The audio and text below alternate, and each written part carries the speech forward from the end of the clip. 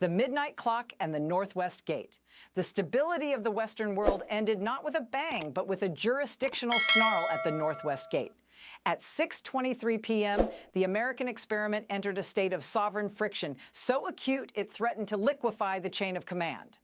On one side of the iron bars, 4 U.S. Marshals stood as the physical manifestation of a Senate conviction, the judgment in cases of impeachment, finally transitioning from ink to iron. On the other, Secret Service agents, conditioned by years of proximity to power, defaulted to a state of executive contumacy. This was the Praetorian risk realized. For 12 hours, the gate was a fault line between two conflicting definitions of reality. The intellectual hook is chilling. Can two agencies, both fueled by taxpayer dollars and sworn to the same parchment, legally engage in a firefight? In the shadows of the North Portico, the answer was a vibrating yes. The standoff was a brutal stress test for institutional resilience. If the agents fired, the Constitution was a cadaver. If they stood down, the presidency was a temp job. The atmosphere was thick with the scent of a command vacuum. Inside the West Wing, the former president operated under the delusion of strongman exceptionalism, convinced that the walls of the White House were a fortress of sovereign immunity. He was wrong. The gate wasn't just a physical barrier. It was the last stand of a dying interpretation of the unitary executive. The director's gamble? At 8:47 p.m., Director Kimberly Cheadle broke the fever. Her arrival was the surgical strike that prevented a civil war on the South Lawn. She didn't appeal to the agents' hearts. She appealed to their bureaucratic neutrality and their fear of the law. By invoking 18 U.S. Code Paragraph 3056, she effectively executed a status quo ante-pivot before the first shot could be fired. Cheadle's ultimatum was a masterpiece of cold, clinical power. The service protects the office, not the occupant. To obstruct the Marshals was no longer a defensive act. It was a felony. This was the moment of mandate nullification. One by one, the protective circle evaporated, proving that even the most loyal guard will not die for a man who no longer holds the seal. The transition was a masterclass in hard sovereignty. At what exact second does a president's detail become a kidnapping squad? The answer is the moment the Senate clerk records the 67th guilty. When Cheadle entered the Oval Office, she wasn't an advisor. She was the herald of a systemic correction. The king was gone. Only the man remained, the resolute desk confrontation. The 3:47 a.m. entry into the Oval Office was a masterclass in de facto deposal. When the 4 deputy U.S. Marshals crossed the threshold, they weren't merely walking into a room. They were punctured a hole in the myth of executive invincibility. The former president sat at the resolute desk, a 1,300-pound oak bulwark, clinging to the physical symbols of power as his legal authority evaporated in real time. The intellectual hook here is haunting.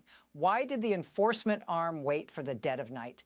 Because in the darkness, the theater of the presidency dies. Without the press corps, the motorcade, or the cheering crowds, a president is just a man in an expensive chair. The lead marshal's voice was devoid of malice, carrying only the weight of jurisdictional supremacy. He didn't ask, he notified. The "sir" was a courtesy to the history of the office, not the person currently occupying it. Inside those 16 minutes, the air in the room grew heavy with the realization that the enforcement mechanism of the state is indifferent to ego. The former president's response, labeling the act illegal, was a desperate attempt to invoke a shadow constitution that simply no longer existed.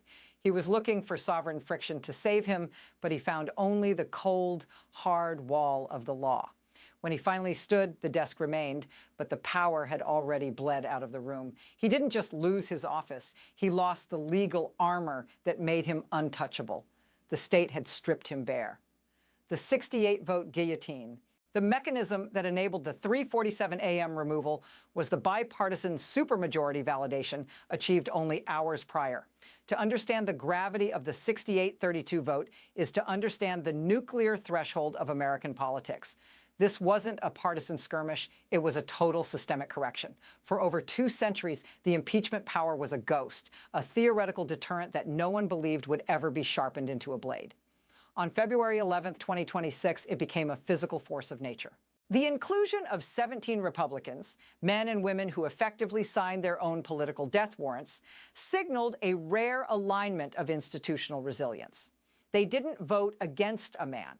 They voted to preserve the constitutional solvency of the legislative branch. Is a Senate conviction a political opinion or a self-executing judicial death sentence? The answer is now settled. It is a terminal event. This 68-vote guillotine severed the executive's connection to the will of the people, replacing it with the rule of law.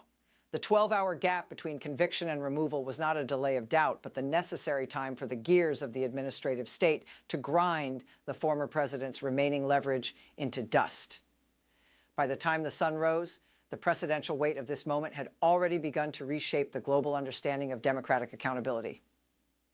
The silent transfer, 4:15 a.m., At 4:15 a.m., the Oval Office witnessed the most dangerous moment in any democracy, the empty chair scenario. For 12 minutes, the most powerful office on earth was technically vacant. Then the new president entered. There was no fanfare, no Inauguration Day parade, no televised oaths. There was only a signature on an executive order. This was the status quo ante-mechanism in its purest form, a total restoration of the lawful chain of command. The intellectual hook is profound. How does a new leader gain instant legitimacy from a sprawling 3 million-person bureaucracy that was loyal to a different man 5 minutes earlier? The answer lies in the machine's inherent bureaucratic neutrality. The federal government is a ship that recognizes only the captain's hat, not the face beneath it. The first order was a resync pulse sent to every military command and cabinet department. It was a signal of mandate nullification for the predecessor and total acquisition for the successor. As the order hit the wires, the shadow of the former president's defiance was deleted from the system. Capital markets, which had been pricing in a political risk premium for weeks, began to settle. The machinery of state had already forgotten the former president's name before his SUV cleared the White House gates. This silent transfer proved that while individuals can be defiant, the system is designed to be indifferent. The macro-political stability of the United States was preserved not by a person, but by a process that refused to blink. The crisis was over because the paperwork said so. The political question barrier. When Chief Justice Roberts released his brief, icy statement at 9 a.m., he wasn't just observing history. He was bearing the former president's last hope for a judicial resurrection. The intellectual hook here is a matter of terminal sovereignty. Can a removed leader sue his way back into a chair that has already been filled? The answer from the Marble Palace was a resounding no.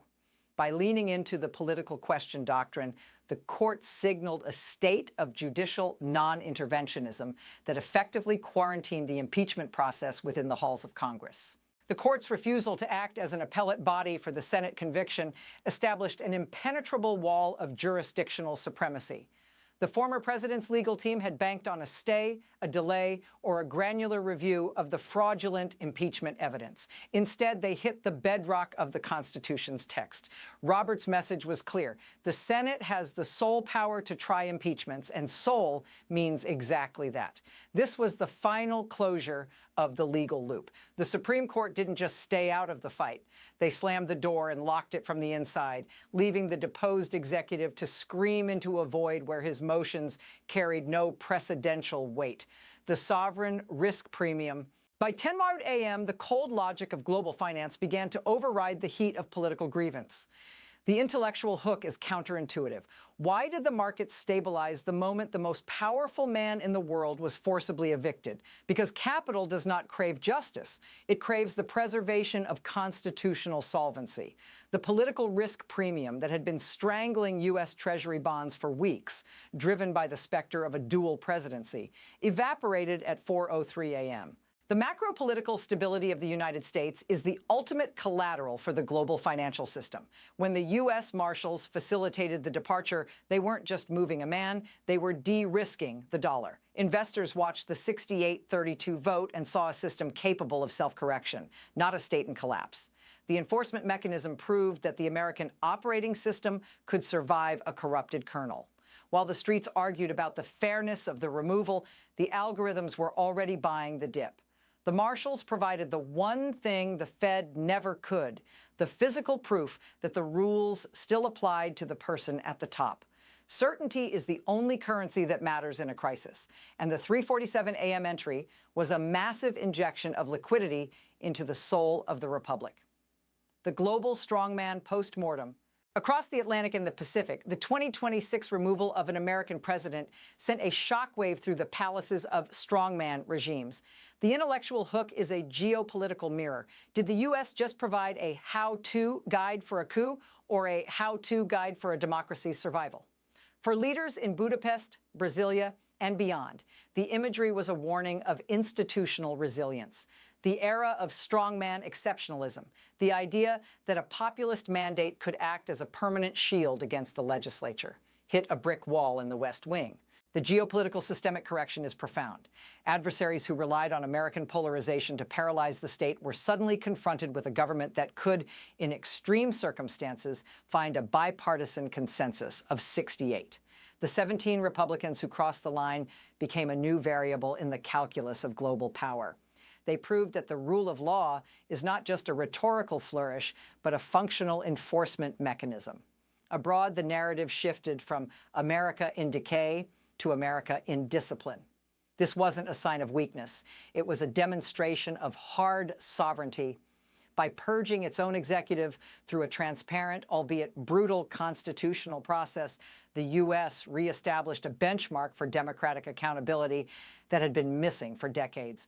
The world realized that if the American system could do this to its own leader, it was still capable of doing anything to its enemies. Scenario 2, the permanent insurgency. The physical removal at 4:03 a.m. resolved the office, but it poisoned the well. While the machinery of state synchronized with the new executive, a massive demographic bloc transitioned into a state of psychological secession.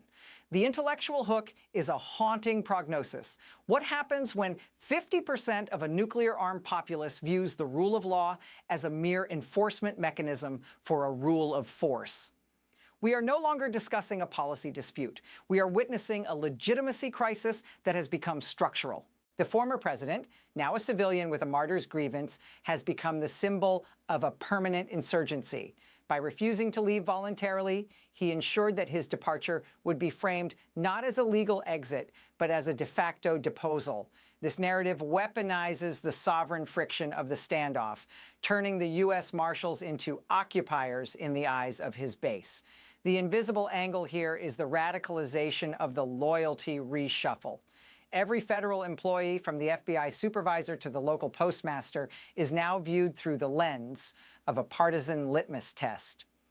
The crisis in the White House ended in the pre-dawn hours, but the crisis in the American mind has entered its most volatile phase. The system maintained its constitutional solvency, but it spent its last reserves of social trust to do so. The ghost in the Oval Office. The American presidency has been fundamentally recoded. Every future occupant of the resolute desk now sits in the shadow of the 3:47 a.m. precedent. The presidential weight of February 11th, 2026 has stripped the office of its mystical, above-the-law aura. The intellectual hook is existential. Is the presidency permanently weakened, or is it finally restrained? For 234 years, the executive was a ballooning entity. Today, it is a box with hard, lethal edges. Future leaders will govern with the knowledge that the constitutional nuclear option is no longer a ghost. It is a loaded gun on the table. The 17 Republicans who validated the removal have redefined the consensus threshold, proving that party loyalty has a breaking point when confronted with executive contumacy. This is the ultimate systemic correction. The president is no longer a monarch in a suit. He is a tenant at will, subject to the jurisdictional supremacy of a Senate that has finally found its teeth. The geopolitics of the future will be dictated by this internal discipline. Adversaries may see a fractured nation, but they also see a system that can physically purge its own head without a military coup. The Republic moved forward, not because it was united, but because its institutions were heavy enough to crush the resistance of a single man. Every future president will now look at that desk and see not just a seat of power, but a potential crime scene. The ghost of the removal is now the permanent co-occupant of the White House.